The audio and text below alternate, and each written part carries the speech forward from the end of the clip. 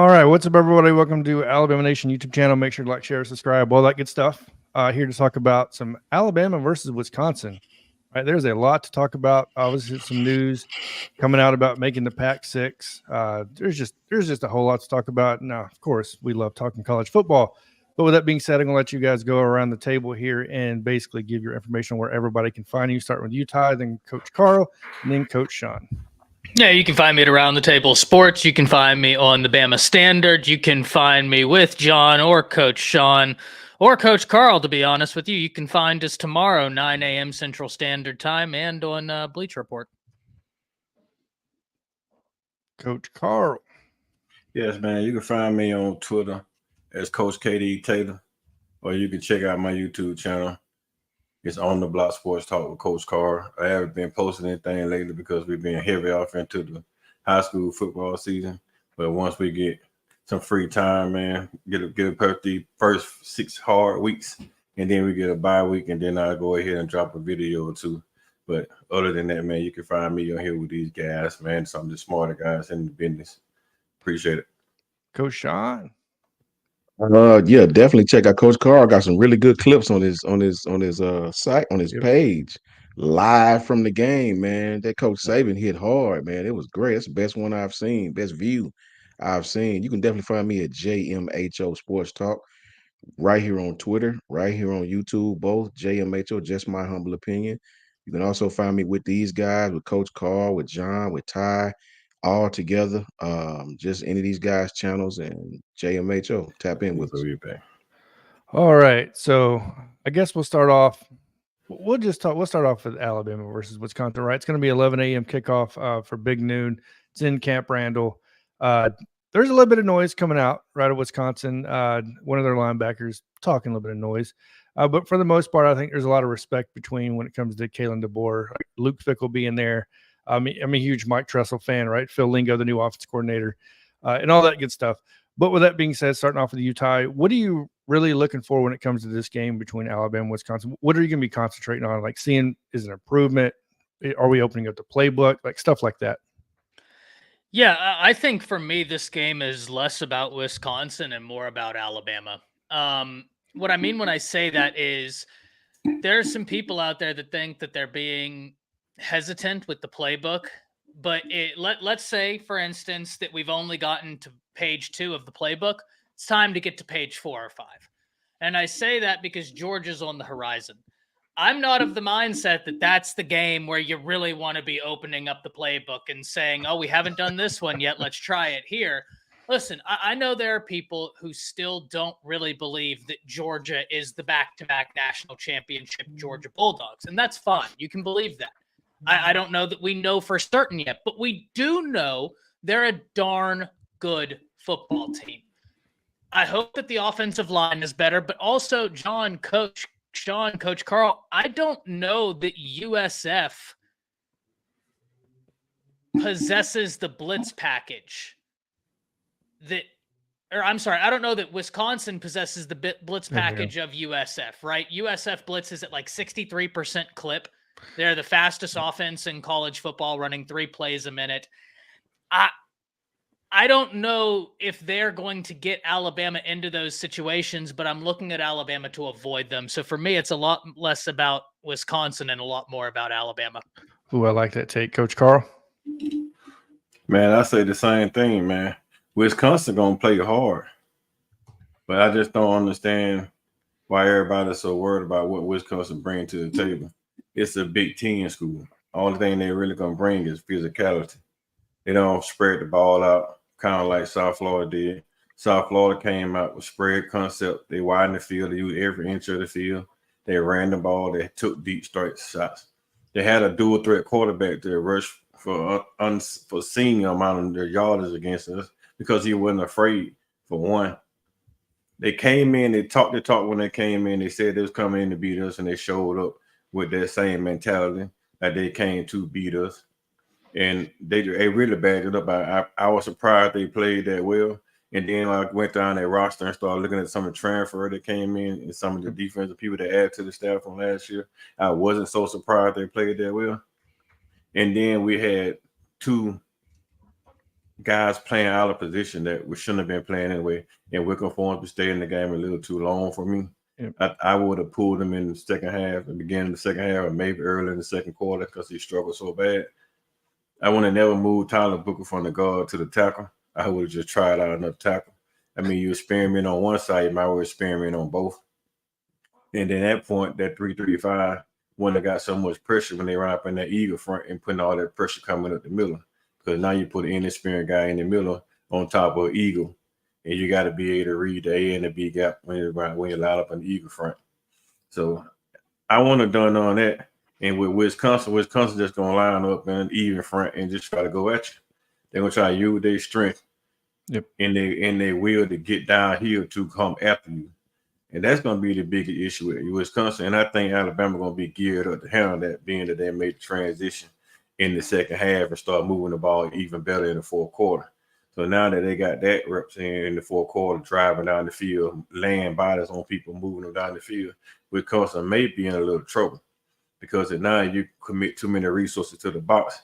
We got all the speed in the world on the outside, and I'm quite sure no Big Ten team is going to really want to run with you besides Ohio State. Because we've seen that Michigan in his own can't run man to man with these kids from Texas. And Texas probably not as fast as Alabama. So I don't see many Big Ten teams being able to handle that speed on the outside. But it's just that they're gonna be able to handle that push up front. Is Alabama gonna handle that push up front? If we can handle that front six or that front seven up front, I don't think there'll be anybody that can play with Alabama this weekend. So I don't really have too much worry. But it's still playing in Camp Randall. So the crowd factor is early in the morning. The kids I never played the early in the morning game, so that could be a factor. And it may be a slow start being that it's early in the morning. Bama probably pull away in the second half, so say. But yeah, I feel very, very confident in the game coming up for Saturday. All right, Coach Sean, what you got? Me remove that. I agree with both coaches. I agree with Ty and I agree with Coach Carl, but I always worry, man. I always worry. Even when we shouldn't worry, I worry. I want to see us on the road. I want to see us on the road in a hostile environment. I want to see how we handle it. Make no mistake about it. This team has been practicing for Alabama since last year. Know Luke Fickle well, studied this team very, very well. Just like Coach said, an even front team, but we'll also, run a 3-man front and slant back to an even front. I noticed that. I've seen several times they came out in 3-man front and slanted to a 4-man to an even front. A lot of 4-eye, you know what I mean? 7 and 8-man boxes. They sort of hide the blitz and bring pressure from different places. I don't think I'm a little different. I don't think this is a team that you can play with. I don't think they're as talented as Alabama. I don't think man to man they can line up with us. I don't. I agree with that, but I just don't think this is a game where we want to F around, if you know what I mean. Camp Randall is a very, very, very loud place, bro. Wisconsin has a very, very good home crowd, and they're gonna be excited to play Alabama. I don't really give a damn how they looked against South Dakota because they gonna come out. This is their game. This is their Super Bowl. They want to play Alabama. We know we get everybody's best shot. So you can throw those games out the window, man. I think Coach Carl is right. Pressure is the key. Um, I don't want to see us go out and stub our toe, man. I don't want to go 3 and out 4 times before we get our offensive legs under us. I want to go in there and put our foot on their neck from the beginning. This is not a team that, I don't want to play with any team on the road. Any team on the road. I want to go in there and take the life from the crowd early. If we do that, it bodes well for us. If we go out there effing around and punting and doing ridiculous things and allowing Wisconsin to stay in the game, I don't want to look up in the fourth quarter and there be a fight. I don't want to even risk that. I want to come out, play Alabama football like we did the last 5 minutes of the game against South Florida and suck the life right out of them. Take the hope, take the wishes, take the energy away from their crowd. So yeah, that's just me, man. I'm very, very, very conservative when it comes to playing on the road because I understand those road games. The home team is usually about 7 points better, and I want to go in there and kick their asses. Period. From jump, from toe meets leather to 0 on the clock. I want to go in and make an example of these guys and really, really, really play Alabama football. Yeah, so I got a couple things. I feel a little bit better now by saying this. I watched the film. I watched them play Western Michigan. I watched them play South Dakota, and I understand that's not them playing Alabama. Luke Fickell did come out and make a statement saying that Alabama is still the standard in college football. They're still the best team in college football from a consistency standpoint. I think that was key, right? But we did see what happened the last time we did play Luke Fickell. Cincinnati had the 3-3-5 defense, and we just ran it down their throat and didn't give them a chance, right, to throw the ball whatsoever. I mean, it was just a slaughter. The score 27-6 did not do it justice. When I look at this defense, and I went through a lot of the press conferences, and you hear Mike Tressel talk about, look, we want to run a 3-3-5 here, but we don't have the personnel to do it. Not yet. We're still probably a year to 2 to maybe even 3 years away from doing that. So from what I've gathered with Jake here, they're running it basically a 2-4-5 concept. And then for heavier sets, 2 tight end packages, they bring in a 3-4. Or every time we enter the red zone, expect a 3-4 defense every single time, right?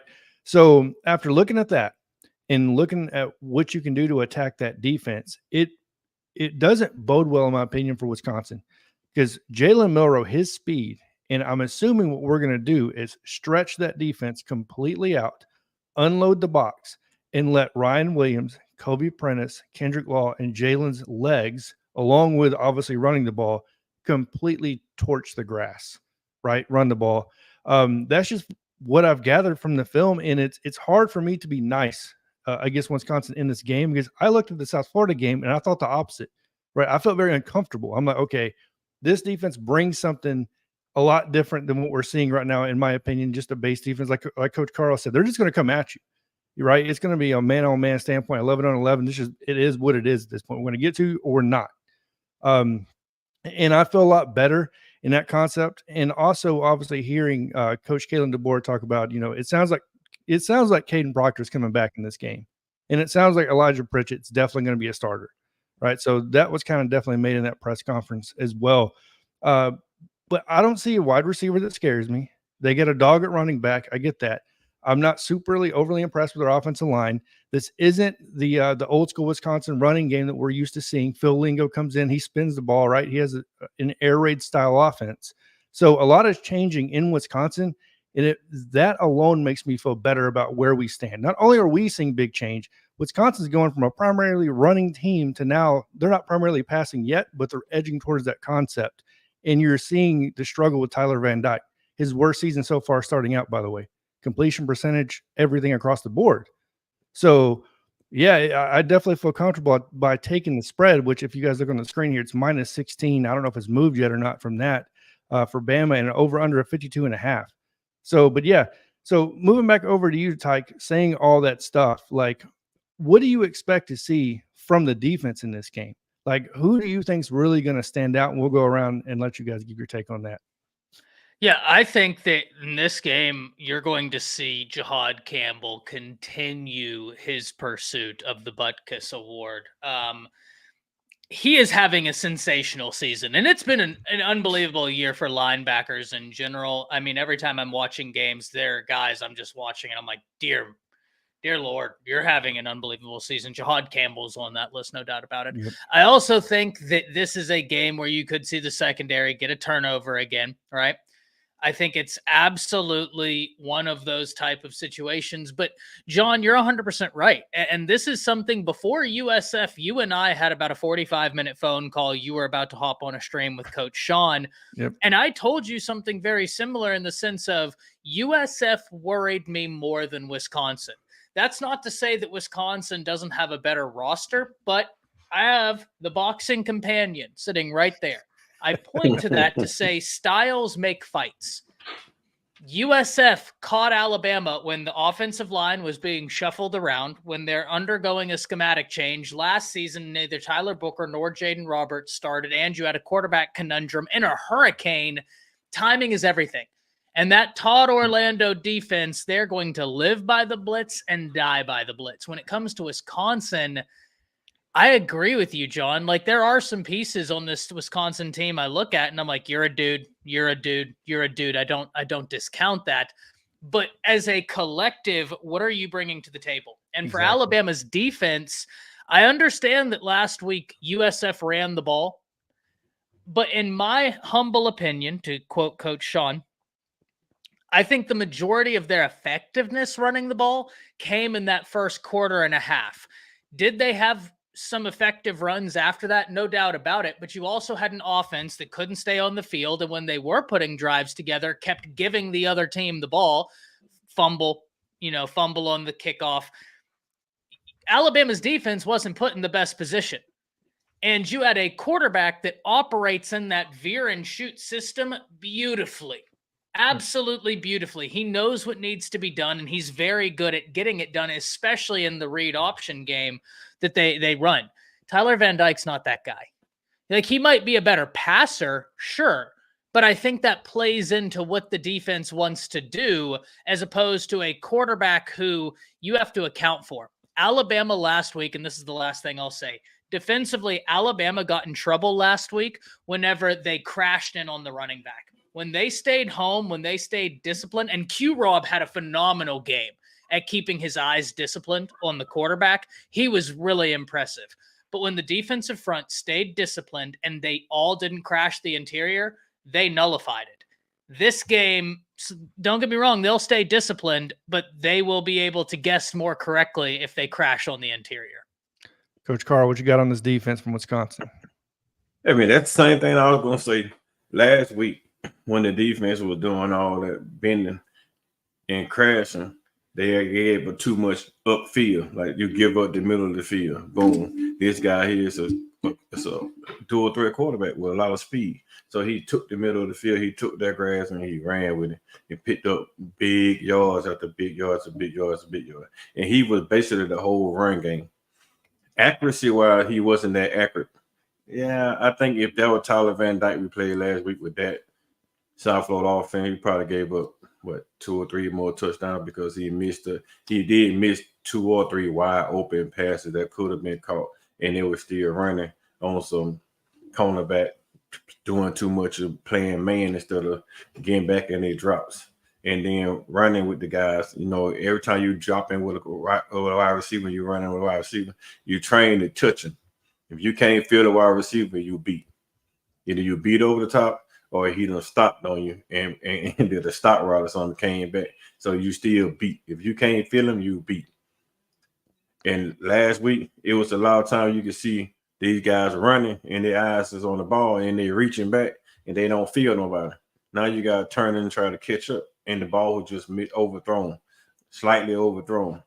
If we played somebody Tennessee, maybe Tyler Van Dyke, those are completion. Do they score? Probably so. Then it's a tighter game, and coming in the fourth quarter, we down now instead of being up, barely up. So we coming in the fourth quarter. At that point, we were down. I don't think Wisconsin had the scheme to scheme guys open like South Florida was scheming guys open. You don't have to do a threat as a quarterback for them to have to worry about it. So now when these ends start peeling their ears, you got Quay Roots all on one side, Quindary Robinson coming in. When they start peeling their ears back, you don't have to worry about this guy stepping up in the pocket, taking off. You just got to just go. And he step up, he going to step up into a defensive tackle that's probably faster than him. And I don't think he's going to try to step up. He's not a dual-step quarterback. He's more likely going to try to get out. He'll try to bail out, get outside, and then throw the ball away. Or he might try to just go ahead and take a sack because most quarterbacks like him don't want to get hit hard. If he get hard hit, he's going to start throwing the ball in the bias, and then we end up getting turnovers. Other than that, Wisconsin offense, man, with Luke Fickle, we played him in the Georgia Dome. Well, what was that, the Mercedes-Benz Stadium? He come with the same type of offensive game plan, and most people around Alabama know he's going to try to run the ball. He's going to try to get his various skills, take the out in space a little bit, try to work some mismatches. But if they can't run the ball, then that offense is dead in the water because they're usually not that talented on the outside. Their main plan is to try to get ball downhill and open up play actions. So with this defense, man, with this read and react defense, I think it's okay to play against a team like this. If it was more that smashed my old school Wisconsin, I think I'd be a little concerned. But I just don't see their offensive line being as talented as the Melvin Gordon offensive lines back in those days, all them big bruised and physical offensive line, kind of like Michigan had last year. That well seasoned, them backyard corn husker type offensive linemen. So so I'm not really that concerned for what the defense give. I'm more concerned about how our right tackle gonna play as a starter, and how effective Caden Proctor gonna be back with that shoulder. Those are my two main concerns right now. Defense wise, I mean, we only gave up 8 points. Could have been 24 or 28, but we only gave up 8 points this year. So I see that let me know that they're bending a little, but they're not breaking. So they only gonna get better. All right, before we jump over to Coach Sean Brinsky, go ahead and let you bring yourself in here, man. Introduce yourself, tell everybody where they can find you, and then give me your take just on what you're looking for in this upcoming Alabama versus Wisconsin game, brother. Well, first off, what's good to y'all, brothers? Brinsky. And shout out to everybody in the stream. But I'm Brinsky Sharp of the Sharpshooters Podcast. Make sure you guys subscribe to the channel and also these gentlemen YouTube channel too. But what I'm looking for is just seeing how the offensive line play gonna be for this game. I'm not familiar with Wisconsin's defense, so I'm really can't wait to see how they play us on defense, just to see how they're gonna play. I think it's gonna be really really interesting, especially with Caden Proctor supposedly ready to go, and it's been confirmed. But I see if he's gonna play on Saturday. Um, Always checking out the secondary every week just to see if I see any improvements with those guys. What else can I say? And definitely how Jalen Milroe's gonna play on the road in that noisy madhouse. So we're gonna really see. It's gonna be a real interesting uh, Saturday, and we on bit noon. So Alabama fans, wake up! We playing early. All right, Coach Sean, give me what you got.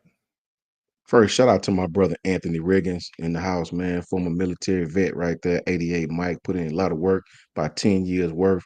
Shout out to my brother Anthony Riggins, man. That's my brother for sure. Shout out to my brother Patriot Life, man. And there, Rob. Love y'all boys to death, man. Shout out to the both of those guys, man. Good friends of mine. Um, I admittedly, I don't give a damn about defense. I ain't really watched that much of defense. If it's defense, I call Coach Carl or I call Jake or even Ty. Ty is a film connoisseur. I call these dudes. I watched a little bit of Wisconsin's defense. Like I said, I seen sometimes they line up in the even front, odd front, slanted back to an even front. Try to disguise some things in the box, even some four eyes. Inside shade of the tackle. I watched their offense. That's what I really watched. I watched a ton of offense on these guys. I wanted to know what their strengths was. I wanted to know what could their quarterback do. These guys, it just seemed weird to see Wisconsin running inside zone. A lot of 3-by-1, a lot of pistol formation. You know what I'm saying? A lot of stretch mid zone. I like the fact I like that they double team. They do a lot of combo blocking. Um, on the defensive end, their guards like to move up to the second level. On the linebackers, they do a decent job, man, getting to the second level. I believe their right tackle, Coach Al even pointed that out to me, so I had to go pinpoint him. Shout out to Coach Al, too. Me and Coach Al compare a lot of notes. Coach Al hit it spot on. 71 seems to get out of his stance, very, very slow. Big guy, get his hands on you, he can rough you up a little bit, but very, very slow getting out of his stance. I do believe we're going to pick on him a lot. Run a lot of stack and bunch with 2 and 3 receivers to the weak side. Try to catch you on the backside. I do like a lot of their crosser routes. They run what we call tunnel. Everybody calls it something different. Shout out to Coach Al Sanders right there. Yep. I noticed Coach Al, they run what we call tunnel. Some people call it crossers. Some people call it spike. Some people call it different things, right? Where the receiver will run underneath one middle linebacker and behind the next one. You understand what I'm saying? He'll release on the weak side and run underneath one middle linebacker and run behind the next one. We call it tunnel, and he'll get some depth, and they'll try to hit you with that to confuse the young secondary. Run a lot of slide protection, a lot of wide crossers. But like I say, number 71, that right tackle, Coach Al pointed out to me. I watched him closely. Physical guy if he can get his hands on you, but very, very suspect in the pass game, man. You know, it you know, he oversets in the loose line, like when they're lining up loose, he overset. When they're lining up tight, he overset. You know, what that tells me is he's compensating for getting beat in the pass pro. Anytime you see a tackle like that, they're trying to compensate and get that little extra step if they can on you. You know what I'm saying, Coach? They're trying to get that extra step on you, man. So I like some of the things they do on offense, man. You know, San Diego, what is it? South Dakota State gave them some issues up front, you know, running the 4-eye, you know what I mean?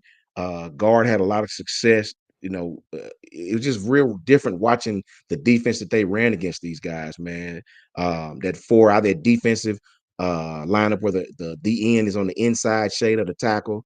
I do like the fact that they do have some plays where they read the box. I've noticed they'll read the box.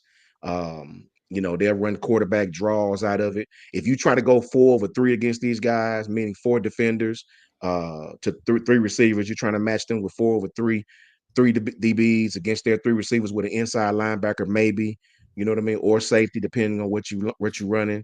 I noticed that these guys will run the screen on you out of that formation, and they will run a quarterback sneak out of that same formation, sort of Boise State-esque. A lot of 12 personnel, 1 back, 2 tight ends. These guys do run empty, though. I did see them run empty. Phil Longo. Yeah, I seen it. It seems weird to see Wisconsin running empty, but they do run inside outside zone. They run outside zone with a stacked tight end. The front tight end will block down. The back tight end will come across the formation and block backside. So a lot of different things they'll try to do to get you out of position. It's not like they got some super duper burners out there. You know, this defense should eat on Saturday. We should eat on Saturday. These guys don't really do a lot of things to confuse you. But when you got a young secondary as young as ours, you really don't have to do a lot of things to confuse you. The bunch sets in itself is tough for any young secondary. You know, I hear what everybody's saying, man, and I agree with you guys. But remember, bunch sets are very difficult to cover if you run them the right way. Bunch sets can really, really, really come. And I'm sure they've practiced on this I'm almost damn near positive Bama's practiced on this all season. Shout out to Pam. Shout out to Roll Tide, Roll Mimi. You know, I'm almost positive, tough as nails. I'm almost positive Bama's practiced on these bunch sets with these young defensive backs, man. But if you bust the coverage with a bunch set, these guys will throw it deep on you. They'll try. Tyler Van Dyke is not Michael Vick by any stretch of the imagination. But if you bust the set, like last week, you know, if you bust the coverage, you know, and let the receiver get behind you, you don't have to be, you know, you don't have to run a 4-2 to get a touchdown. We have a very young secondary. So it's gonna be interesting. It's gonna be loud in there. Do these guys get the calls in? I want to see us. Wisconsin is not an overpowering offense, but they do some confusing things.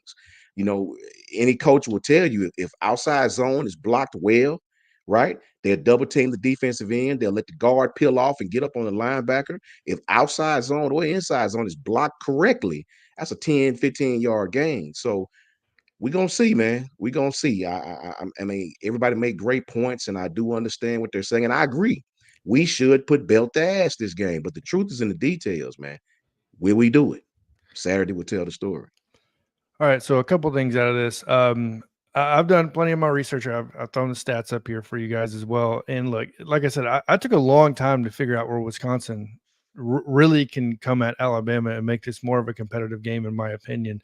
But when it comes down to it, they create a lot of they're actually top 5 in the country, by the way, in creating pressure. The problem is they just don't get to the quarterback, right? So in my opinion, from a defensive standpoint, guys, since we got some defensive guys on here, you know, how much does it help your defense when you can create the pressure, but at the same time, like, you're not really getting at the quarterback at the same time, or even creating turnovers? Like, so is that metric kind of skewed when you look at it that way? Because that's one thing they're pushing the narrative of is, yeah, Wisconsin can get to your quarterback. They just can't take down the quarterback. I mean, I don't really know what to say on that. And the other thing I want to get you guys' opinion on, and the questions to you guys on this will be when I went back and watched film, when I even went back and started at the beginning of the year, right, through Western Kentucky, you look at the South Florida game. There's one thing that stuck out that I haven't really heard anybody talking about yet. When you look at the deep balls that are being thrown on Alabama, they're all coming. All the receivers are in the slot. They're not lining somebody up on the outside and trying to take those guys out from the outside. They're all coming in the slot. Now, this is to everybody on the panel here. Is that because they're finding a mismatch on the defense, or is there something inside this defense you guys think that they're just trying to attack, or what? Because I've counted about 85% of the deep throws on Alabama have all come from that slot position. And yeah, go ahead, Ty. Go ahead, Ty. You got a true freshman, Red Morgan, right? Like a lot of the times he's the guy coming in there. And I would be even more curious, John, what percentage of the deep balls came if Devontae Smith was in the game. I think it's one of those things where, okay, here's how I would look at this. And I could be totally wrong, but this is just the way I look through it. How many times has anybody really tested Damani? Not much. They're not, because you watch that all 22. A lot of the times he's on these wide receivers like Stable and Poop. I mean, he's right there. He's jamming them off the line, and he is just running with them, running free. They're testing the young guys, which, like, to Coach Sean's point, he has a great point about the young defensive backs, how you can attack them out of bunch. And I think you can expect teams to continue doing that. But for me, it's just the fact of, okay, Zabian Brown, I think a lot of teams in their film study are like, oh, that's the guy who everyone said was the most college-ready cornerback in last year's class. Even though he wasn't the highest-ranked cornerback, he was the most, like, everybody agreed, he was the most college-ready from a technical standpoint. Okay, we can test him. That's fine. Oh, then they have this cat right here who's really impressed, Red Morgan, right? And I think that they look at it and they're like, okay, well, we have a speedy slot wide receiver against a true freshman. Let's test that matchup. I could be wrong, but that's kind of where I look at it coming from, is that it's just the nature of a lot of your slot guys are pretty quick, and you have a true freshman who I think would probably be the bulk of those deep throws coming on Red. Anybody else want to say anything on that? Well, for me, going to the slot is always a lot of times when you play better competition, you'll find your third defensive back or safety being on the slot. Ty is 100% correct. If you have a good athlete in the slot, he's going to be lined up on your safety or your third cornerback, right? Unless you have someone like a Terrion Arnold who's a starter that you move to your nickel or your star or whatever you want to call it, right? So your slot will always have a matchup, if you have a really, really good slot, right? If you have a fast guy, it's so many different variations of routes you can run from the inside with a slot on a third defensive back, on a guy that may not be your outside guy, your number one outside guy. And in our case, Red, who may be a corner that's playing safety, they're gonna automatically attack him. It's a much safer throw to throw a 10-yard out to a slot than go outside the hashes and throw deep to someone and that you're not confident gonna beat the defensive back. So it's a matchup thing. It's kind of what Ty said. If you got a good matchup, if you got a good slot, a decent fast slot on a young freshman defender, you'll take that all day, every day, especially in the slot, especially underneath coverage in space, right? You give the quarterback time, those slot matchups can be deadly if you're not careful. I can remember Pat Surtain in his freshman season played some on the inside, and Pat gave up some plays his freshman season. So that position, you have to be extremely quick. You have to think fast, right? Because these guys run mesh all day from the slot. Last week, and you can get beat, man. You can get beat in a lot of different routes from the slot. So that's usually your third cornerback. In our case, he's a freshman, so you definitely take that matchup. Brunsky, Coach Carl, you guys got anything to say? No, they said everything on there. Yeah, I know, right? They said everything you can say on that one, man. You take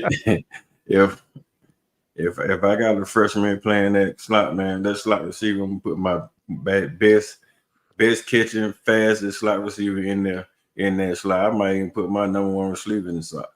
Like Tennessee. I like Tennessee. I put my number one receiver in the slot and just say, hey, freshman. Oh, 100%. Have a great night.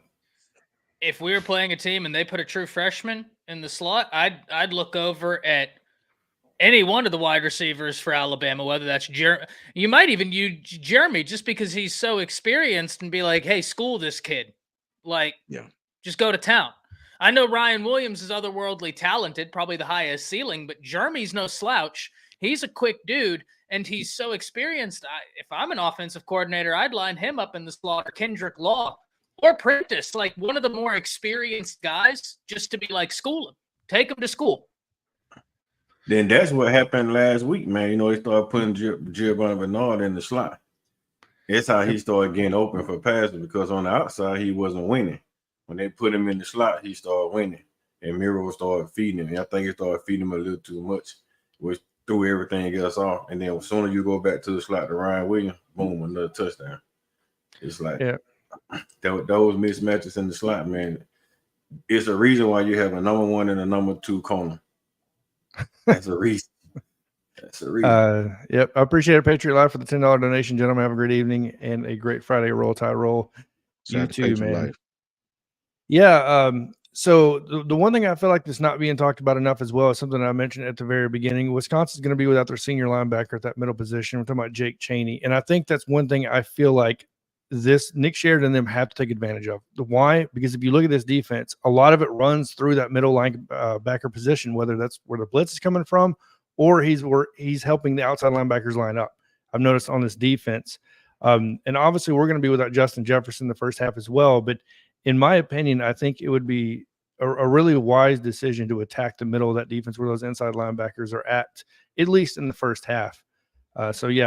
And another thing to look out for too is I don't know if you guys have read up on the dollar package that Luke Fickell runs on defense as well, that he made famous towards the end of Cincinnati. 2-3-6 defense. He hasn't featured it very much, but I guess there's a possibility you'll see that because he plays it against the spread more often than not. That's hard for me to fathom. 2 defensive tackles, 1 outside linebacker on the edge, and then basically everybody else. It feels like it's a defensive back. But once again, it just keeps making me think we're going to run the ball down their throat if they keep doing this stuff. I mean, is there any other thing you're going to do other than Justice Haynes, Jam Miller? Let's get this moving. Elijah Pritchett, you're clearly good at run blocking. Let's go ahead and just hammer this thing home at this point. I mean. Well, and even to take that step further, if it is Caden Proctor's first game back, Coach Carl, we always talk about this. Theoretically, 9 times out of 10, and if I'm wrong, please, by all means, Coach Sean, Coach Carl, Brinsky, John, y'all correct me. An offensive line is going to be better at run blocking than pass blocking because it's the difference between firing at somebody and then trying to catch some monstrous SEC edge rusher who wants to take your head off and the guy behind you. Caden Proctor's coming back off of injury. Unleash him. Say go get him and let the running backs feast. Let Milroe feast behind him. I also think watch for a long play by either Law or Bernard in a jet sweep. Coming across, I think we might show him a bit of orbit motion, and then one time it's not going to be an orbit. It's going to be boop, and that guy's going to take it to the house. I just, the way this game is lining up, I feel very strongly that could be a winning concept. 100% agree. Anybody else on that? Even with the jet, huh? The jet lets you know what it is, man to man in the zone. Yes. So once you put that guy in motion and he come across there in the jet, and neither one of those linebackers move with him, we know he in zone. You hand it off because he's gonna beat that. He's gonna beat the outside linebacker around the curve, and he rolls with him. Then you pull it, and then you hit the slant backside behind him. Because now you vacated that spot. So now you can come in with a backside slant. And with the speed and spaces, you still running either way it goes. So with that jet motion coming around across that corner, man, there's so much you can do behind jet.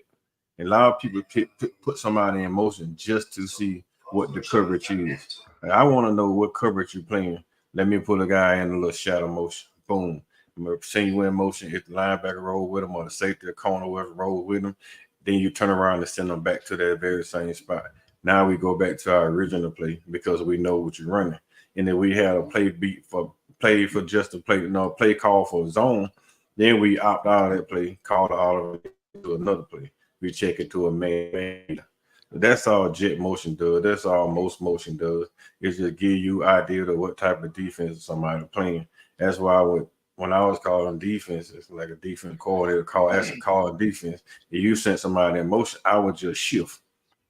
I could be playing man to man, but I wouldn't transfer. I'll make everything shift. Boom, we're gonna hop down to make it seem like we playing zone, but we playing man. Just transfer it one, just bounce, boom, boom, boom, boom. Everybody bounce down one gap, boom, one slot, one out, and then make it seem like we playing zone, but we actually playing man. Now when you drop back and pass the ball, we got guys coming. Yo, this guy cover, this guy cover, this guy cover. Now we got a free runner, and that's how I used to do it. But no, man, sometimes you just gotta be smart, and then this on a high school level, so you can't do what you do in high school and college. Like you can't do what you do in middle school and take it to high school. High school don't translate into college. College don't translate into the pros most of the time. Once you get to the next step, you're gonna have to evolve. Everything has to evolve. There you go. Some knowledge dropped on you guys for that. So KJ Silo with the question. I don't know if you're going to want to get more specific with this, but he's asking Coach Sean to explain briefly the different wide receivers on a basic offense, please. So I'm assuming he's talking about the X, Y, and Z maybe, or something along that route. Yeah, on a basic, I mean, you can mix these things up however you want nowadays. They have, when you line up talking about receivers, man, you could put tight end. It's so much different things you can do, but basically, your X receiver is usually your split end. That's usually your speed top guy. The guy that you want going vertical, the guy that can really go underneath. He can do everything, right? That's your X, right? Opposite him, you have your Z, right? Your Z is usually your flanker receiver. This guy usually is a guy that's quick and fast. He's quick as well. And your slot. Your slot is usually your inside guy. That's in a basic uh basic set, you know what I'm saying? He in your slot will always basically most of the time, he'll be behind the line of scrimmage, he'll be off the line. So that's what it is, your slot, your X, your Z, which is your split end, your flanker, and your inside guy. You'll have those on practically every play. In some formation or another, everybody line up. So it's so many different ways you can line these guys up, man, and bring in extra personnel. But those are your three basic receiver slots outside of tight end, obviously. Yeah, we can go on for days for that. Anybody else to add on to that? Yeah. So wrapping this up before we get off here soon, guys, just some stats over here I'll put together real quick. Points per game, we're at 52.5. Wisconsin's at 27.5. We got them on pass yards a game, 232 to 203 rush yards a game. We're at 264 to their 183. They are quite efficient on third down, 56%. We're at 50% total defense, which, look, when I dug into more of the numbers, I'm like, damn, our defense is actually doing pretty good. And then I went back, same thing when I remembered the film from South Florida. We put our defense in a couple of bad spots that really got us out of that, right? I'm surprised we didn't give up more than 16 points, in all honesty. As you guys can see, your points allowed only 8 per game. We're only going into game 3, right? But the pass yards allowed from both ends is quite impressive, but more so the teams that Alabama has played schematically, only allowing 103 yards a game. I get it. Western Michigan's not a world beater, but they're known for throwing the ball. South Florida's not a world beater, but they're known for throwing the ball. And to your point, Coach, it was South Dakota, not even South Dakota State, that Wisconsin played, right? Yeah. In Western Michigan, they're not going to throw it all over. They'll throw some RPO at you for sure, but they're not world beaters at throwing the ball either. So rush yards allowed, they're only allowing 121.5. We're only allowing 124. And our third down percentage stops is what's so damn impressive to me on this defense. 14% of the time they convert on third down. But to me, that's just astronomical. Believe me, I'm sure these numbers will increase. These percentages will increase slightly. Hopefully this one goes down. Penalties, 20 for 179 in 2 games. They're at 7 for 30. Our red zone offense is at 77%. Theirs is at 80%. And another one that impressed me a lot was our red zone defense, only allowing any points 66% of the time. while Wisconsin allows points 100% of the time.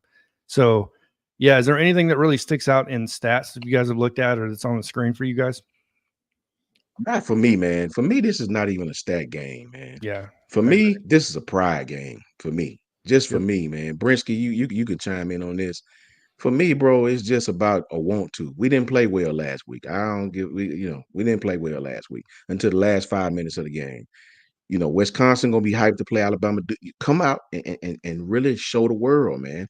Show the world. Come out, do your job, and put belt to ass. It's just that simple, bro. It's that simple. We can talk about the stats. We can talk about who we've played, who we struggled against, who they struggled against. At the end of the day, you going on the road in one of these funky 11 o'clock games, a la Texas 2 years ago, Yep. who didn't look good, who everything we saying now, we said the same thing about Texas. They almost lost to Houston or somebody. I don't even remember. I just know we went in there and we escaped by the hairs of our chinny damn chin. You know what I'm saying? So I don't want that no more. I want you to come out and play ball. I think Jalen Milroe is going to have his best game yet this Saturday.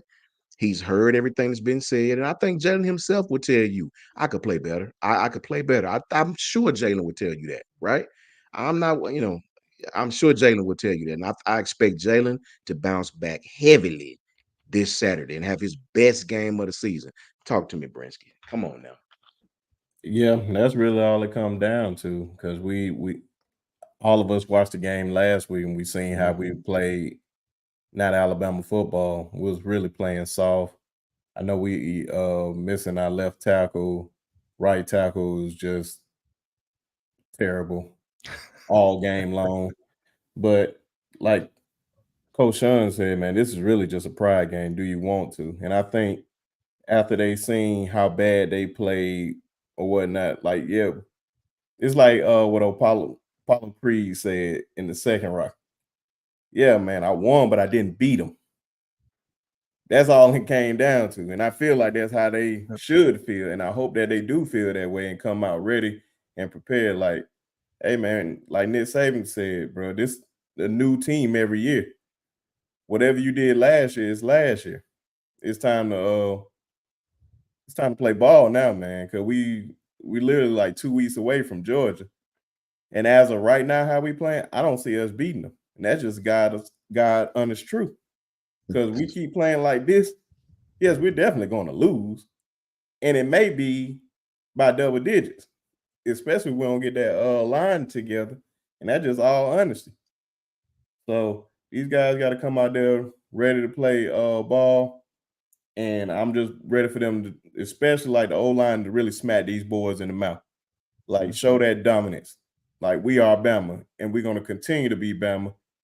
You just Wisconsin. We don't care nothing about that jump around and all that. We here to play ball, and then we're going to go back to the crib. Ty, Coach Carl, anything?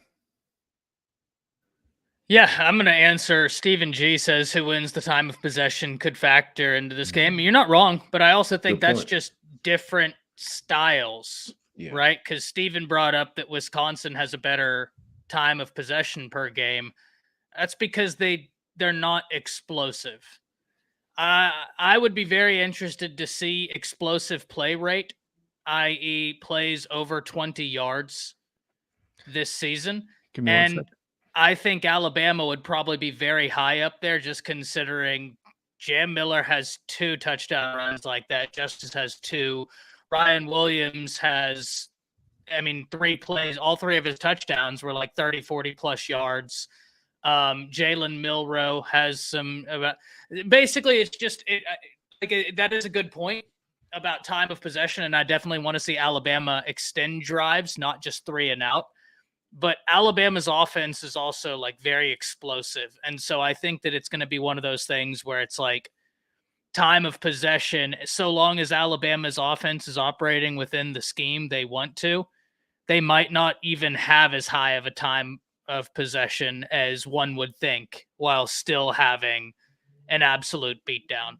Like, I don't know what the time of possession breakdown was against Western Kentucky.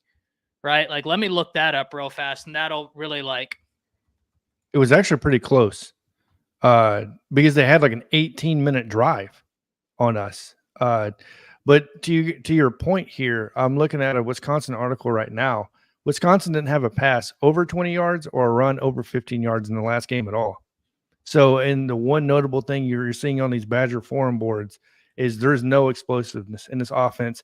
The average pass, right, per completion is 5.33 yards, right? So that's not really good when you look at Alabama, and Jalen Milroe's anywhere in between 11 to 16 yards per completion, more along the lines of 16 yards because of, well, going deep to Ryan Williams and obviously running after the catch, right? So stuff like that. And the running backs obviously creating a multitude of explosive plays. So go ahead, Ty. Oh, no, that's it. It was they had 29 minutes. Did Western Kentucky. Because Alabama this year, they just have an offense that they can score. I'll put it like this, Stephen. Against Western Kentucky, there were 3 different times where it went first down, second down, and it was a huge play on second down, right? Like I think Justice Haynes had the 87-yard run on second down. There was only 2 plays in that possession. One of the Ryan Williams, like 80-plus yard touchdown, there were 2 plays. So the time of possession stats are going to be a little bit finicky. And while I definitely think that there is something to that metric, I also think we need to look at that metric through the lens of what is your offense predicated on based on what is Alabama's offense predicated on. No, 100%. And even further that stat, sorry guys, and then I'll let you chime in here. As far as Alabama, we have 18 plays over 20 yards, and over half of them are over 30 yards, right? Which is ridiculous. And I remember this stat going back to the Western Kentucky game. Our first 6 touchdowns, none of those drives lasted longer than 1 minute and 39 seconds. Most of them were under 40 seconds and 2 plays. Exactly. That's wild. My point. That's my point. Yeah, anybody else want to jump in on this? But what I would say, the time of possession really don't mean much if you score in points. It only means a lot when you lose. So time of possession really doesn't mean much. The bigger issue with stats are only good for ranking. Yep. I mean, you really don't care about Alabama only giving up 8 points in 2 games. That's only for ranking. I mean, you played horrible on offense, basically in 2 games, because Western Kentucky stopped us on some drives. South Florida stopped us on a bunch of drives. So we played horrible on offense. So the defensive stats is predicated based on what offense does. If the offense move the ball and defense giving up 8 points a game, the defense is not on the field that much. So they're probably not giving up a 103-yard pass. You know, they probably don't give up 260 yards. So what 130 yards or so rushing. I think it might be more, and I think a little bit more fabricated because they took some sacks and stuff like that. Yeah. Where you lose on the sacks coming off your rushing. So I think we gave up a lot of rushing yards, kind of like 200-some yard rushing. But with the sacks, you know, it's the average. It's everything averages out. But if the offense is taking a little more time moving the ball instead of quick scoring drive, boom, putting the defense back on the field, they are not as tired. And I think with all this experiment, what they did the first 2 games about rotating corners and safeties out here and there, keep rotating players, was all just because, you know, they was moving the ball so fast, and now we can get other kids a chance to play. And going into the middle of the season, probably starting this week and going into Georgia, I don't think it's going to be all of those switching out corners, switching out safety. I think they're going to stick with their starting rotation and just let that be. And when somebody get injured or somebody get extremely tired, then you rotate somebody out in that aspect. But just keep swapping them out basically every drive. I think all that's done after this week. We're starting Saturday morning at 11 o'clock. I think that crazy rotation that everybody complained about is probably most likely going to die. Unless they jump out 20-some points on Wisconsin and then they get rotated again, just keep getting those guys experience just in case they need it later on down the line. I don't see a Red Morgan line up against Georgia. I just don't see that happen. Not Red Morgan line up in the slot against Georgia. Kirby Smart to eat him alive. Right. I mean, that just won't happen. So with these stats and then the time of possession, really don't care about it right now. It only matters to me when Georgia come to Tuscaloosa. If Georgia beating us on time of possession coming to Tuscaloosa, we taking the L. That's a Yeah. whole fact. And that's just it. Unless we just run the ball up and down Georgia ass so quick and so easy. And You scoring, know, yeah. it's just like we got diarrhea running out the ass. It's the only way I can see time and position don't matter against Georgia. But if Georgia beating us in time and position, we taking that L. And that's period, because Georgia curves more, they coming downhill at you. They running that play action pass. And when they get you to start sinking it toward that line of scrimmage, they're gonna start dumping that stuff across your head. If they don't have many burners, we might run them down. But once you run them down inside 20, they're gonna hold the ball at least what 4 or 5 more minutes and try to pound you into the end zone, unless you just break and then they just give up a big 20-yard run and they go ahead and score. Other than that, they coming at them three every single time. If they getting 4 and 4 every single time, George Kirby gonna keep running that ball 4 yard, 4 yard, 4 yard, 4 yard, 4 yard every single time until you can stop it. Because they want to win the time position battle, because their defense getting all the rest. Now when their defense come on the field, they fresh. So a deep game like this, I really don't really pay attention to it. It's only when they get into the meat of the season, the SEC grind, when that time and position become a real big factor. Gotcha. Let me say this real quick. Oh, I'm sorry, Brent. No. Brent's or coach. I was gonna say Brent's or coach. Either one of you guys. Well, this won't take but the 10 seconds. Shout out to my brother Chris Williams in the house, our resident Auburn/Alabama fan. Much love to you, Chris, man. I'm glad you tapped in. I noticed you said earlier that all the belts left with Coach Saban. Well, no. One belt was left because them surfers from California come up here and put belt to ass in Jordan hair. So that belt was left. That wasn't a belt. That was one. You got beat by some damn surfers. Boy, you got way more problems to worry about than Alabama. You want to know the beautiful thing about that? You want to know the beautiful thing about that? We've heard Auburn fans say like, "Oh, you can't win in this league with those California kids." There's a bunch of California kids just went in there and whooped Auburn. And let's be very honest, that score lied. That second touchdown they got was a gift from the refs. Because that pass interference was non-existent. That was 5 interceptions. And remember, this is not the USC Cali kids, the South Central, the Southern Cali. You know, this is the Calabasas California kids. You know what I mean? You got beat by some surfers, bro, from the OC. Boy, you got way bigger problems to worry about than Alabama. Go ahead, Brinsky. I'm telling you. You know our favorite fanboy, man. He's a fanboy. Hey, man, and I don't know where this whole California narrative came from, boy. If you can play ball, you can play ball. It doesn't matter, man. If you can play ball. I know plenty of guys that came from California thumping. And last time especially a lot of Hall of Famers and some of the best at their position. Yep. But you can look that up, Chris. But dang.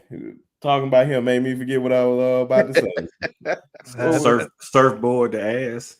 Yo, surfboard the ass. So while you're thinking about that real quick, Ty, I don't know if anybody has any information on Bray Hubbard. Is he healthy or no? I know he did get hurt. I looked it up when they asked. I didn't see anything on Twitter. I haven't seen anything. Yeah, because he definitely was injured. I honestly don't know, and I didn't see anything put out at all about this. But yeah. Oh, Beach Boys. There we go. There you go, man. Oh, so here he says this is an Alabama show, but since we're talking about Auburn, look at the refs. Oh man, here we go. Listen, it's always the refs. No. I'll grant him this.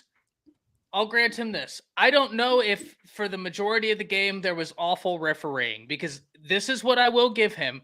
I have seen some of the most abysmal refereeing this season that I have ever seen.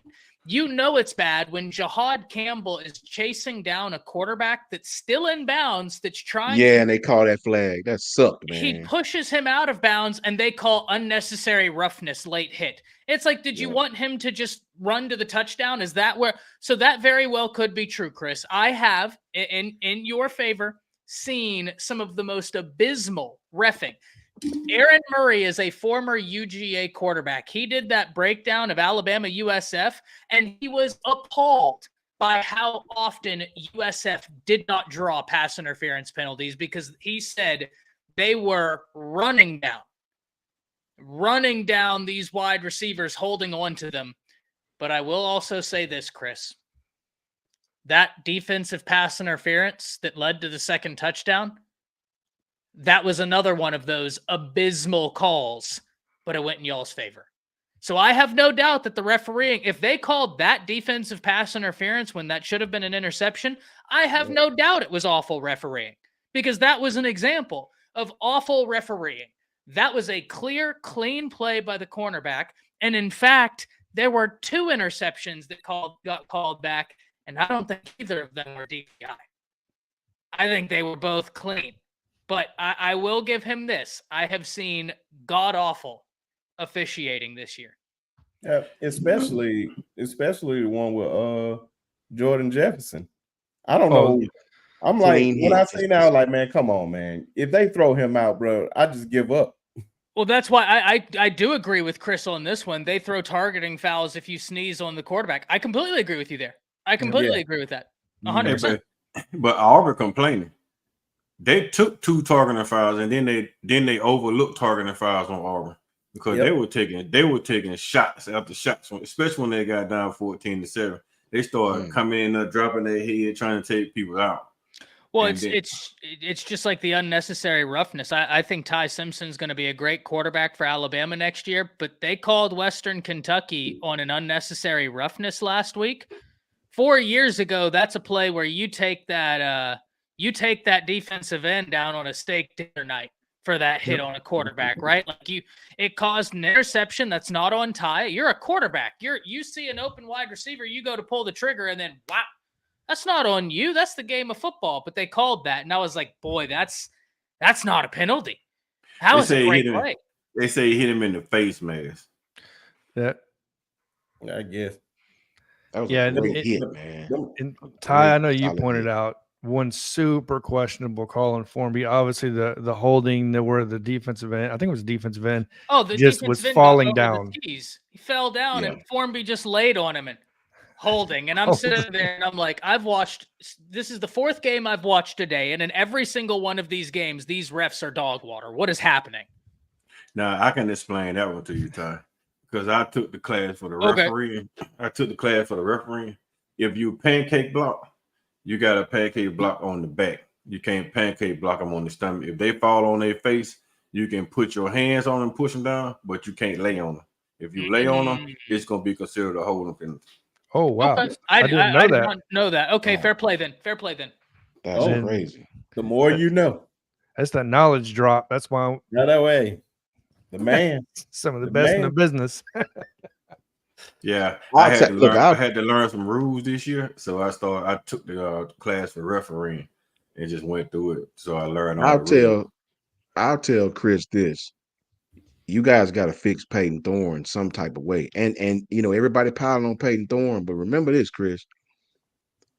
Yes, he threw some turnovers. Yes, but whoever the OC is, did not put him in a lot of good situations on 3rd down, man. Even when y'all had 3rd and short, some of that stuff y'all was running, he ain't Cam, man. It's like you got to put him in favorable situations. They didn't help Peyton a lot.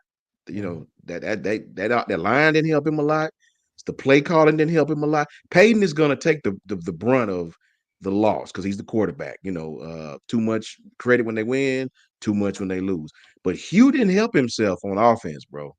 Some of those, when I went back and watched y'all games, some of them calls was like, what? Like I don't understand. I don't know. I agree with Chris Williams on this. Hey, John, can I play devil advocate? Yeah, no, of course. Coach Sean, you said they gotta fix Peyton Thorne. Can you fix DJ Udukule, whatever name is? DJ. I think they're using him the wrong way too. I mean, they trying to turn him into a pocket passer. When he was in high school, he wasn't no pocket passer. He ran around, big old rascal. I just think you're trying to make these dudes be something they're not, and usually that's what happens. I think you got to let Peyton Thorne, I think you got to give him a West Coast type offense, short throws, rhythm throws. having this kid act like he Cam Newton, running option and zone read with him keeping the ball. Like, what the hell? Like, no. You know what I mean? I mean, Hugh, if you're gonna run that type of offense, you need to get a quarterback that kind of offense fit, right? I just don't, I don't know, bro. I don't watch enough of them to make a judgment. I just watched that one game, and I did not understand what competent offense, bro. That seems illogical at times. We're trying to fit square pegs in the round holes, and it just don't work sometimes, man. But I thought coming out of transfer portal, that was his strong suit. It don't seem like it. It's like, good Lord, man, this dude, yeah, he athletic and he run around. But if that's all you putting him in position to do, you're gonna lose a lot of games, man. You're gonna lose a lot of games, right? Sure, you're gonna hit some big plays. Anytime you're athletic, you're gonna hit some third and longs. I mean, for God's sakes, they almost beat Georgia last year and us. But when it comes down to it, you're gonna lose some games like that too. You're gonna lose some games, man. Yeah. One thing I'll say, and I don't like saying anything about Bo Nix, is Peyton Thorne reminds me of a lot less accurate version of Bo Nix. You know what I mean? Walmart version, bro. Exactly. Yeah, he's definitely the Sam's Club.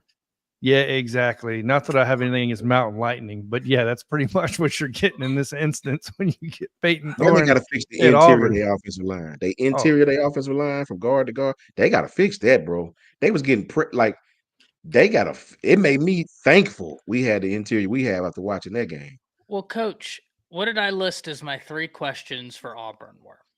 And listen, I grant you, wide receiver, y'all got some dudes. I even like some of your pieces defensively, right? Like along the defensive front, I think you got some guys there. I think obviously, and this goes for everybody could, increase it. My 3 questions for Auburn were quarterback, secondary, and coach. Because while I understand completely where you're coming from, Coach Carl, and let me know what you think about this, because your football knowledge is exponentially greater than mine. So I do want to know what you think about this. I don't blame DJU, and I don't really blame Thorne as much. If you are the offensive guru like Norvell is, like Hugh Freeze is, you have film on the guy.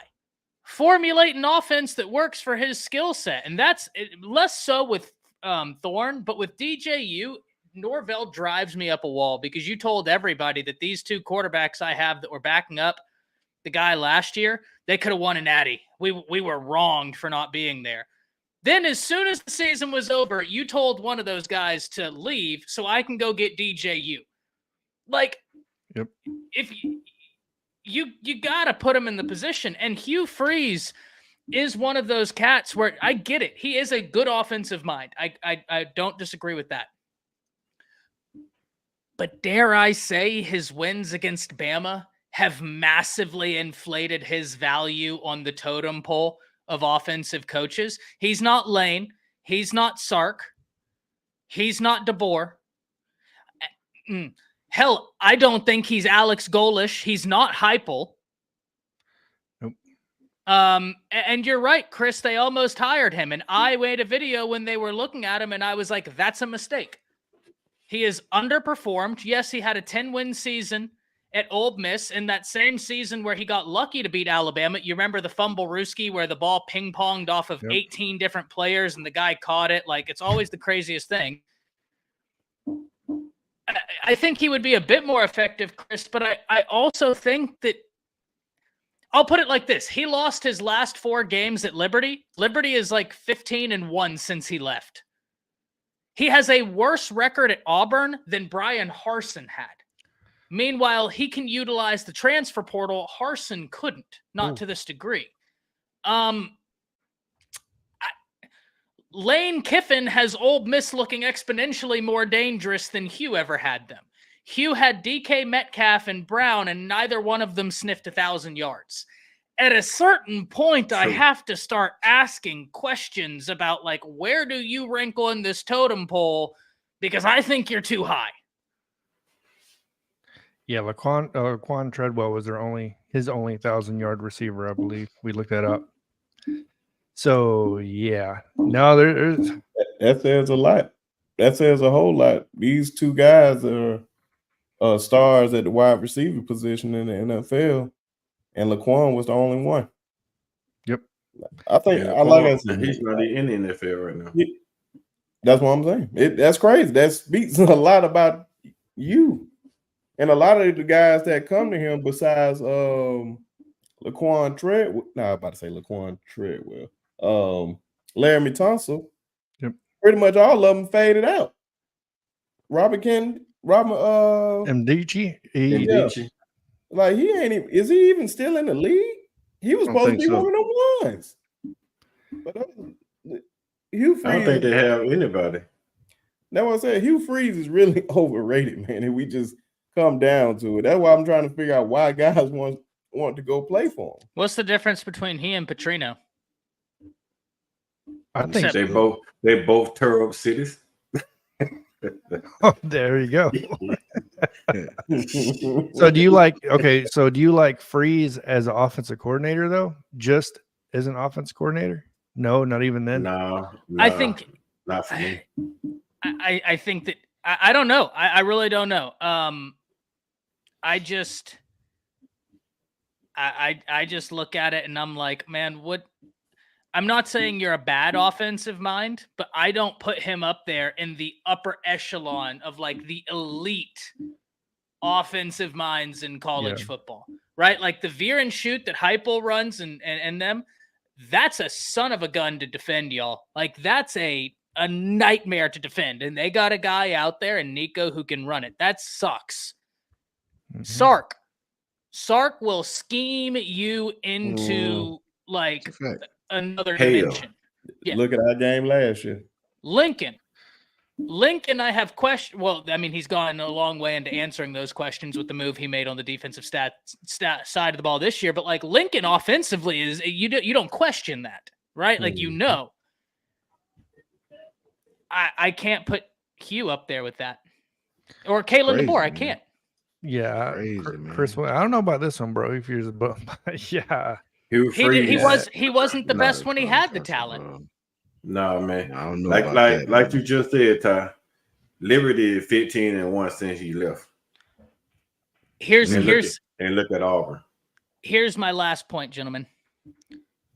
When he doesn't have the talent to run the scheme he wants, Alex Golish is doing amazing things at USF. You look at what he inherited. Weren't they 1-11 Yep, when he way got less there? talent. yeah. Way less talent. Won And 7 he games. is maximizing what he Mhm. does based off of scheme, which is why whenever we went to play USF, I was like, oh, he comes from that Heupel, veer, and shoot. Those are the guys.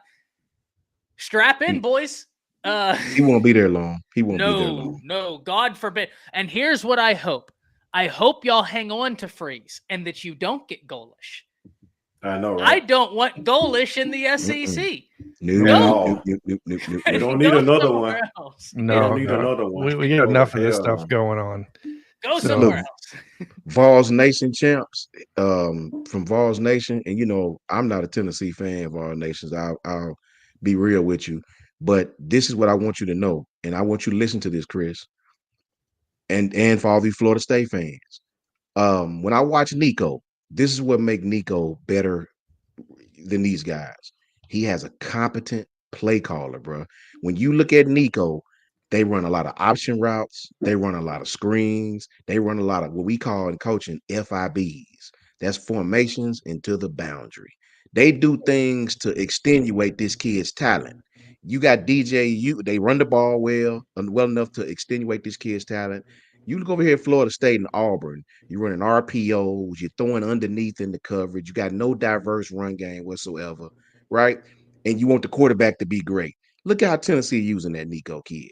A lot of formations into the boundary, a lot of option routes, a lot of screens, a lot of stuff to get him into a rhythm, and then they're gonna throw it downfield on you. A lot of competent play calling, man. If you don't have competent play calling, man, I'm telling you, it don't matter what quarterback you have, bro, unless you got Peyton or Vic or somebody that's just gonna do what he do anyway.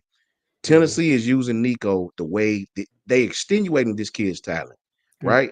DJ, they're using this kid. Man, I don't even know if bro, This is not an RPO quarterback, bro. He ain't no threat. You know what I'm saying? You got to put this kid in situations. You got him throwing underneath. Remember this really quickly. The more space you create, the easier the quarterback reads are. Florida State's offense doesn't create space anywhere. Nobody's afraid of the run game. Every defense seems to play them the same way. Hence, you don't have quarterback success. Auburn. Hence, you don't have quarterback success, man. And that's just the facts of the matter. The truth is in the details, man. And you got to also look at this, Coach Sean. What happened with Auburn under Gus? Gus brought in what 3 5-star wide receivers, a 4-star wide receiver, 2 5-star quarterbacks, and they said that Auburn was here. Now they talk about the freeze forward. Okay, Freeze brought in 4 talented recruits. What the hell he gonna do with it with no quarterback, with no competent offense? And that's what I was gonna point out. What Vincent said in the chat. That's exactly what he said. You're getting all these elite wide receivers, but you don't have no quarterback at the most dependent position. That's not even fact, man. No play calling, no competent play calling, just like Coach Sean just said. Yeah, everything Auburn runs, these guys have to win. If they don't win, that ball is never gonna make it. If they have to be wide open to get the ball. If you ain't wide open, they're not making catches. So you got to win off the line, and you got to win off the break. You got to win off the miss. Like you have to win in order to get the ball in your hands, and they're not winning because the play calling is not designed to get anybody open. They can't scheme people open. They just have to use their talent to get open. And even these freshmen, I don't give a damn how talented the freshman you are. Even Ryan Williams, he know how to take top of the defense. But if the play call is not on point, Ryan, you can see Ryan don't take. He can't even get off the top of the defense when the safety's sitting on him. It's a whole fact. And he probably the most talented kid that came out of high school this year. Honestly, between him and Smith, see, you can't even tell who the best. Yeah. And this is an insane freshman crop of wide receivers. And Chris, there is an element of being vanilla to this offense, right? I would like to see it expanded because I don't want you to get to Georgia and then you're like, oh, this is what we're going to do. But even if you go back to DeBoer in Indiana and Sioux Falls, you look at those games, there is an element of being vanilla. I would like to see you get further into it just to rep. That's neither here nor there. But what you said, Coach Carl, this is an insane class of freshmen in general. Dylan Stewart out at South Carolina. You look at the cornerbacks that Alabama is fielding right now. Those guys are going to be really good football players. Yep. You look at Ryan Wingo. You look at Cam Coleman. You look at Ryan Williams, Jeremiah Smith. The wide receiver class is unbelievable. I mean, this freshman class as a whole is just insane what they're doing. And the last thing I'll say is, and Vols says, what's vanilla? I don't know. Because it's new, Vols. It's a brand new offensive scheme. So it's just like when Josh Heupel first got there, you had a rollout period, right? Because it's not something that's just like hyper easy to pick up. It's a total differentiation in what Alabama was doing last year offensively to what they're doing this year offensively. And it's one thing to practice it, but games are totally different than practice. And so it's about rolling out like, okay, well, these are the fundamentals to which we need to be successful at to be successful within the offense. And I think right now you're in the fundamentals standpoint. DeBoer's offense is notoriously difficult. That's just certainly my opinion. But whenever, Coach, you were saying like, oh, you got all these wide receivers, but no quarterback, all I could think about is why are alligators so ornery, gentlemen? Dude. Because they got all them teeth and no toothbrush to brush them with. Oh, man. Hey, I'll even give you an admission, and you'll never hear me say this again. So in the nows of history, you better listen because it'll never come out of my mouth again. Here we go. I'm going to tell you a team that's going to be a very big problem in the future. They're recruiting not just great athletes, but they're recruiting what they need to be great. And they got the trigger, man. Tennessee is going to be a problem in the future, bro. I'm telling everybody right now. Them dudes is going to be a problem. They got everything they need. I hate to admit it, but you're right. It's a whole fact, man. I'm telling you, Tennessee, they know the best teams know who they are. Coach DeBoer in Alabama, we're still trying to find out who we are, right? He's learning his team. It's just his first year, man. It's just his second game at Alabama ever, right? They're learning who they are, man. They're going to be good. We got enough talent to compete with anybody. Josh Heupel is building that roster to what he likes to do. It's a problem. They've gotten better on the defensive side of the ball.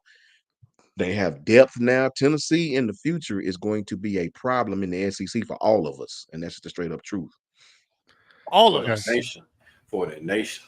I John, you know this. Coach Sean Brinsky, I think Brinsky, you and I had just started doing content together, but Coach Sean, Coach Carl, we unfortunately hadn't met yet. Thank God that the future came, and here we are. But John Brinsky, y'all know, when Nico came out, I said, I love this quarterback class. But Nico, yes, I think it's great that they sat him a year, just because I think that he was one of those guys, and I always said he has the highest ceiling, but I think even in a perfect situation, you sit him a year, you let him grow, you let him get in that strength and conditioning room. But ceiling? Holy cow, man, that guy is really darn good. I mean, he's so much fun to watch play football. Let's be honest. If he had any different uniform on, if he had an Oregon uniform on, because I know we're all Bama fans, right? He had an Oregon uniform on. I mean, you'd be lining up to watch Oregon play football because of what he can do, right? Like he's a fun quarterback to watch, man. He really is. People won't tell the truth, but NC State had a decent team, and they whipped their asses. They did. Is that what you want to say? Yeah. Thank you for the $5, Kareem. Yeah, Scream 140. Yeah, I was going to point this out, guys. Don't keep hitting them with all that knowledge for sure. You know, Tennessee is definitely going to be an issue. They're going to be, look, and they have a stacked quarterback room. So even after you can say Nico is gone, they're stacking for the future. Tennessee, there's a serious problem at Tennessee. If you're an Alabama fan, in my opinion, 100% agree with that. And to your point too on that tie, you talk about Nico is my second favorite behind. I love JFA. Yeah, I followed Jackson Arnold probably closer than anybody because I fell in love with his film. Right, his dynamic playmaking ability, bootleg out. This dude has a strong arm. And eventually Jackson Arnold got that 5th star, which I definitely think he deserves. But Nico, when you watch his film, you're like, he's ready now. He's not ready in 2 years. And the fact that he was able to sit a year was like, yeah, this kid's going to be doing some damage when he gets on the field. And we're seeing the product of that right now. So, yeah, it's definitely scary to think about this. To quote the TikTok generation, he has an aura around him, right? Like Jalen Milroe has an aura around him, and it's infectious. You can see it through the screen whenever he's out there. You're like, that guy's a leader. Yep. Nico's got an aura around him. When you watch him, you're like, shit, this guy's a playmaker. It's a fact. Like, unflammable. He don't get rattled. And notice what Josh is doing. He's not going to get these big receivers that can't beat press like they used to. These great athletes that couldn't get off press coverage. He's going to get these athletes that may not look like the best ones in high school, but when they get in college, they can separate. He's getting receivers that it started with Jalen Hyatt. Jalen Hyatt is not impressive when you see him walking in Walmart somewhere, but he can separate, man, especially in college football with the way defenses play. Josh is going to get a gang of those guys, man. And I'm just telling you, bro. I'm the biggest Tennessee hater in the world, but I don't lie. The truth is in the details, man. And they doing some things to extenuate their coach, what he likes to do, right? It's gonna be interesting, man, to see the future of Georgia, the future of Bama, which is super bright. I expect our secondary to be a strength here in the next year or so. We have the same thing I said about Tennessee offensively, Alabama defensively. We got some great offensive talent, as we all know, but our secondary, man, listen, they're going to be the strength of this team here very soon. Jalen Mbakwe, Xavier Brown, Xavier Mincy, Drake Kirkpatrick Jr., Red Morgan. Them boys are all true freshmen, every last one of them. Yep. So stay tuned, man. King Mac.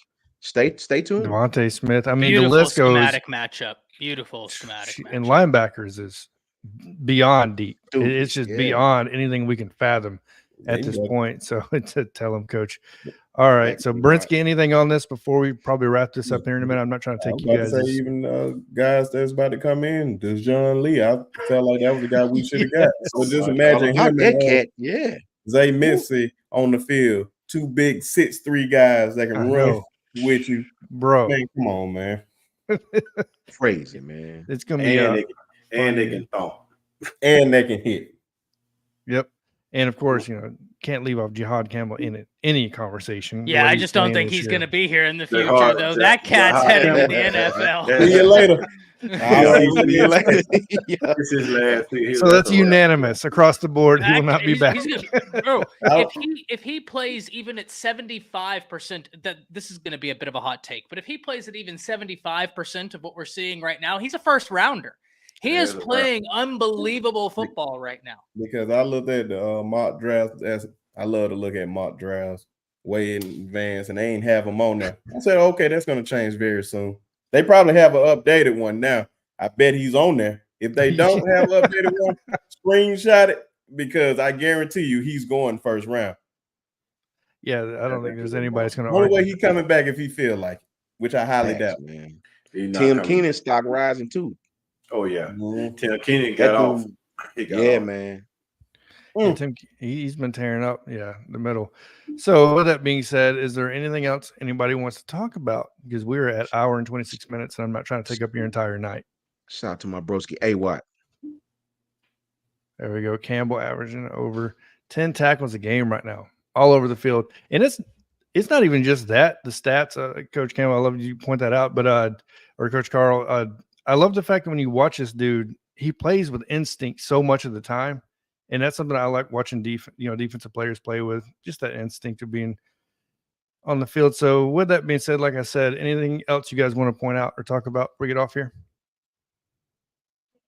Tomorrow morning The fact that Coach Sean can't stand Tennessee.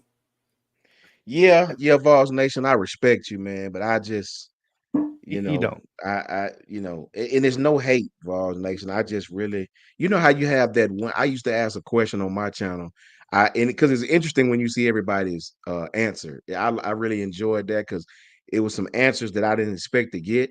I used to ask all my channel people that was watching. I said, you can't have two, you can't have three. If it's one team, if you can go 11-1. Who is that one team that you just cannot lose? I'm that fan that rather lose to Auburn than lose to Tennessee. Like, I'll lose to Auburn because they're just like the little gnat in your ear. Okay, you won, so what? Nobody cares. People forget about that in 6 months. Nobody cares. Nobody outside of Auburn cares. But Tennessee, man, when they beat Bama, it's like the sun don't come up or something. I get physically sick or something, man. I don't know what the hell be happening, but I can't lose it. You know what, AY? I'll go on record saying I'd rather lose to LSU than lose to Tennessee. What's up, Adam? My broski, Adam Hey, but Lamparello. it What up, is Adam? isn't it? And I could be wrong here. Isn't it the longest standing rivalry in the SEC? It's not Alabama Auburn. It's Alabama Tennessee. Alabama, Is Tennessee. it Alabama, Tennessee? I didn't it's think that Alabama, was. Tennessee. I think it's Auburn, Georgia. Isn't it? Yeah, it's Auburn, Might Georgia. Be Auburn, Georgia. Might be. Is it Auburn, Georgia? I thought it think was it is. Alabama, Tennessee because they've played more than any other two in the SEC in terms of We'll have to look it up and bring it it up. could be Auburn, Tennessee Georgia. loss. I could be wrong. The Tennessee loss, Vols Nation, it hurt me. If I lose to LSU, I'm angry. If I lose to Auburn, it's kind of like, so what? They forget them, right? But that Tennessee loss, Vols Nation, man, it hurt me, bro. The fan come out of me on that one. It hurt me. Well, they taking goals. I am wrong, by the way. It is Auburn, Georgia. Auburn, Georgia. Yeah, fair play. My bad. What about you, John? Who's the one team that you just? I know Brinskis and I know Coach Carl. No, it's Tennessee. I know Tide. It's been Tennessee because number one, it comes down to Philip Fulmer. I don't like Philip Fulmer. I don't like anything Tennessee has represented since I have been watching Alabama football. That's the problem I have with Tennessee, and I've always had with Tennessee. So we know all about back in the day what Philip Fulmer did, trying to bury Alabama. You know what I mean, to get us in all sorts of trouble. Right? We won't get into that because we'll extend this for another hour. But no, it always will be Tennessee for that fact. To me, it's Tennessee, then Auburn, then probably LSU. But I will say LSU has the most. I think they had when I say worse, I don't mean bad in a bad way.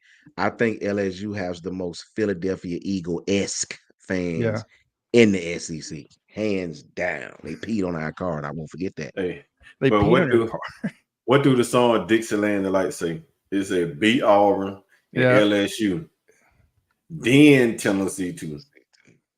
So even with Dixieland Delight, they always deem Tennessee just a little washover. They hate Auburn with LSU. LSU fans are just like Coach Sean said, the worst. They worse, man. The worst. That's why I can't Crazy. stand LSU. Man, when we lost to Joe Burrow in Tuscaloosa, I'm sitting in those things. LSU fan was so loud, man. It was about 1,200 of them little songs in there. They were louder than every fan in the stadium. When those fans crunk up, you can hear over Alabama fans clearly. And they were drunk, loud, and obnoxious. When they was winning, they throwing beer everywhere, standing up, Yep. pulling their shirts up. If Yep. Nick Saban, like They man, different. They different. Now, Ain't nothing going to top Auburn in my eyes. Nothing is going to top Auburn. And I'm telling you, my hate grew even more. And I hated this man. I love him now. I have to admit, my 19-year-old self would have been like, "What the hell are you talking about? You love this man." And that man is Cam Newton. When that man, what he did to us on Yeah. that day, and we was annihilating them, and it all turned. It's like the wheels just fell off after Mark Ingram got the ball punched out, and it just rolled into the end zone. I think it rolled like 20 yards into the end zone. I could not believe it. And I should have known, like, bro, it's about to be a long day after that. I hated Cam Newton so bad. I was quiet a whole week off that Iron Bowl. Man, I was sick to my stomach. A week? The kid since ain't got nothing on that. Yeah, so there we go. Anybody else? When they put that Cam Newton jersey on that Bear Brown statue. Jesus. Oh, my God. I wonder. Yeah, that's terrible. That was the worst of the worst. That I ain't gonna lie, more mine than was anything in the world. 2 years ago when we lost to them with Bryce. And the way we lost with that bogus pass interference call or whatever the hell it was, the game, whatever, what was it? An interception or something? Interception, Kool-Aid pick it off and then call pass interference. What about that should have been the game over. 17 seconds that they run all the way down the field. They call it PI. Man. Bro, when we lost that game, bro, man, my neighbor was the big, Dave Cox. He got a Tennessee tattoo on his arm. Man, these dudes was knocking on my door. I didn't even want to answer the door, man. I was so mad we lost that game, man. I know, they real country. I know you in there, Sean. I know you in there, Bubba. Open the door. Man, I was in there like this, mad as hell. I mean, bro, I was physically mad that game, bro. Like, I don't usually get like that because I played this game. But, bro, when they beat us, bro, I was hurt, bro. Hurt. Like,